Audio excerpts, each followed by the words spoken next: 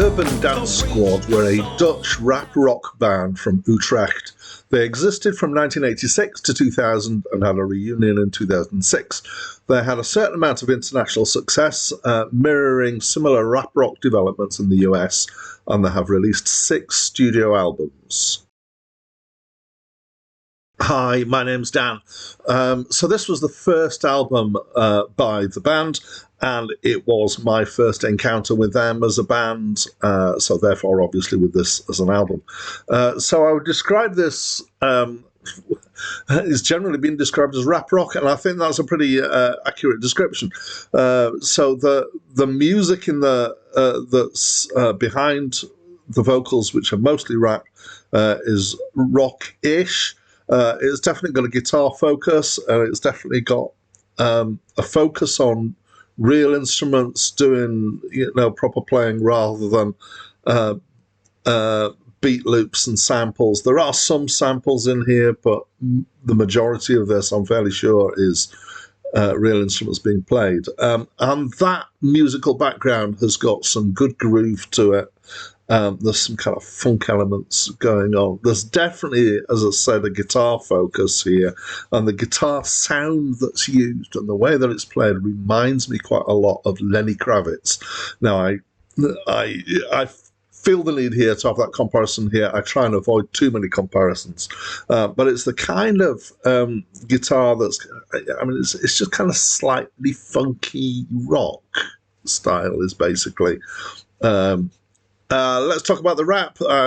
First, let's actually say there's some singing occasionally, which is kind of soul style usually. The rap is quite slow.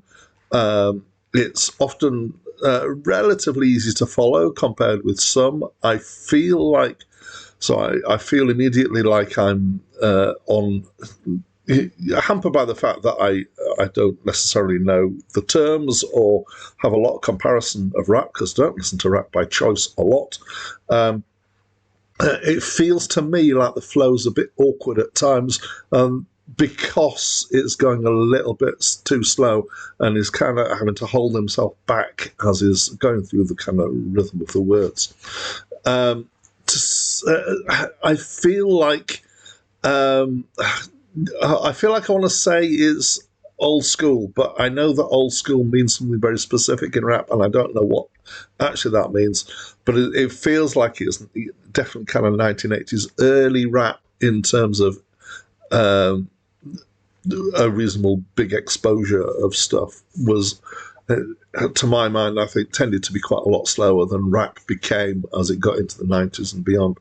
The subject matter, despite being able to hear quite a bit of what's going on, I didn't pick up necessarily on a huge amount of the subject matter. It's not gangster. It's not. I haven't picked up on tracks that I'm the greatest rapper, trying to give you reasons why.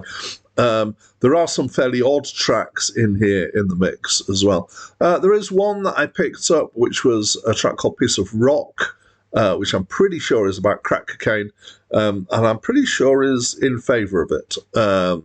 It might not be. I might have got that wrong. The last track on the album is called God Blasts the Queen, and it's really quite odd. It doesn't... it closes off the album quite nicely, but it is in a somewhat of a different style. There is some shouting in here that is hard to understand what it is, but it's not really rap. And the musical background has got a repeated sample of Land of Hope and Glory, which is a British hymn, and what I can only really describe as being free rock, in the same sense that free jazz is jazz, where people kind of let go of their constraints and they just play anything they like, and it's sometimes quite loud and raucous. This is like that. It's kind of rock instruments just doing whatever they like, and it's a big cacophony of sound. Deliberately, of course, and not necessarily in a negative way. I think it's quite effective. I'm not sure what Prayer for My Demo was about. I'm not sure whether the demo being talked about here is something like a demo tape, or whether it's like a demonstration, down with the politicians or something like that. The track "The Devil" is an interesting one. I quite like it. It's one of my favourite tracks on the album. It's kind of, the backing is kind of more slow and jazzy going on.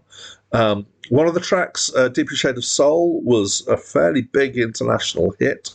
I don't know if it was their biggest hit, but it certainly gathered quite a lot of exposure for them, apparently. There are some obscenities in here by rap standards, not a huge amount, but there will be occasional points where something pops up that you maybe don't want your boss to hear or whatever. But there's a lot of variety in here. There's a lot to dig into. It's quite heavily layered and dense. Often that's something that I like, and on this occasion I enjoyed it quite a lot.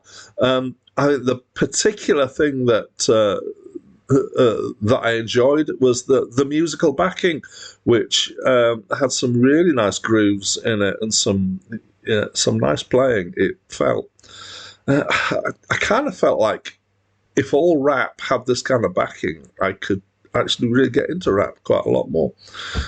So yeah, I liked it, and I'd love to know what you think, so please talk to me through the comments box. That's it from me for now. Clock strikes 2, man, I don't know what to do. Should I take that stop, or should I go on 3?